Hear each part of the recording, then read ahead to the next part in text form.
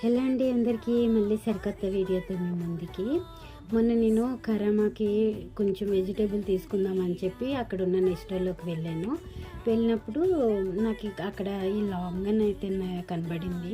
అయితే నేను ఎప్పుడు ఏమనుకుంటానంటే ఇవి లీచీలానే ఉంటాయి కదా, ఇవేం ప్రత్యేకంగా టేస్ట్ ఉంటాయి సో అని చెప్పి నేను ఎప్పుడు ట్రై చేయలేదు.